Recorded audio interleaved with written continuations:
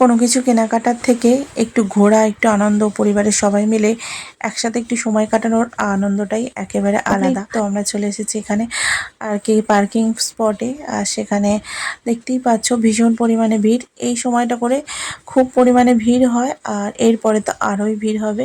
আমরা একটু সকাল করে এবারে চলে এসেছিলাম, তাই অতটা ভিড় আমরা চোখে দেখিনি। তো ভিতরে ভীষণ পরিমাণে সানডে করে ভীষণ পরিমাণে ভিড় হয়। তো আমরা শপিং মল থেকে বেরোনোর পরেই ভাবছিলাম কিছু একটা খেয়ে যাব। তো ধীরাজ, অনুষ্কা দুজনেই একটা করে আইসক্রিম নিয়েছে। চলো তোমাদেরকে দেখাই। ওরা তো আইসক্রিম খাবে বলে অনেকক্ষণ থেকে বায়না করছিল। আইসক্রিম কিনে দিল।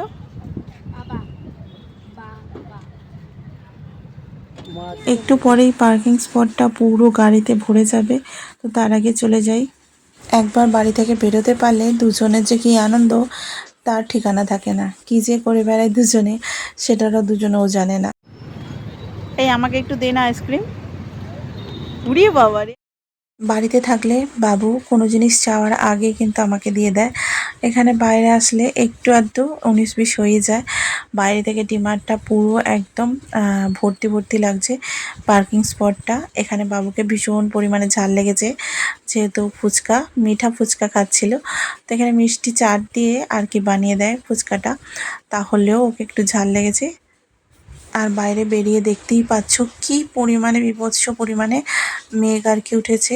এক্ষুনি বৃষ্টি নামবে, তো তাড়াতাড়ি করছি সেজন্য যাওয়ার জন্য। আর এদিকে অনুষ্কা দেখতেই পাচ্ছ কত কি যে ভঙ্গি করেও কোনো ঠিক নেই।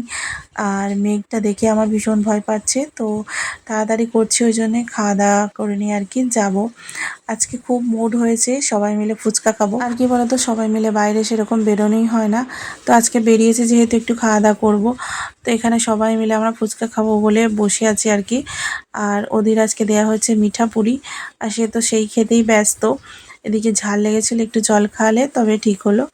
আর এদিকে দেখো প্রচণ্ড পরিমাণে মেঘ এসেছে, তো তাড়াতাড়ি করছি আর কি বেরিয়ে যাব বলে। তবে অনুষ্কা সেই আর কি গাড়ি চালানো শিখবে, ও এখনও পা পাচ্ছে না, তবুও আর কি শিখবে সেই চেষ্টা করছে। আর এখানে যেহেতু রোডের সামনেটায় এতটা জায়গা পড়ে আছে, ভীষণ ভালোও লাগছিল।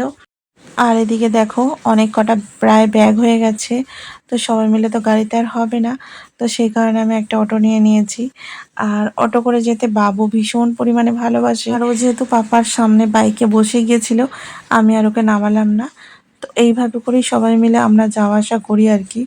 তারপরে দেখো আমি কিন্তু বাড়িতে যাওয়ার জন্য বসে পড়েছিলাম। এখান থেকে বেশি একটা দূরে আমাদের বাড়ি নয়, কিছুক্ষণের মধ্যেই আমরা পৌঁছিয়ে যাব, সেই কারণে আর কি বেশি রিস্ক নিলাম না।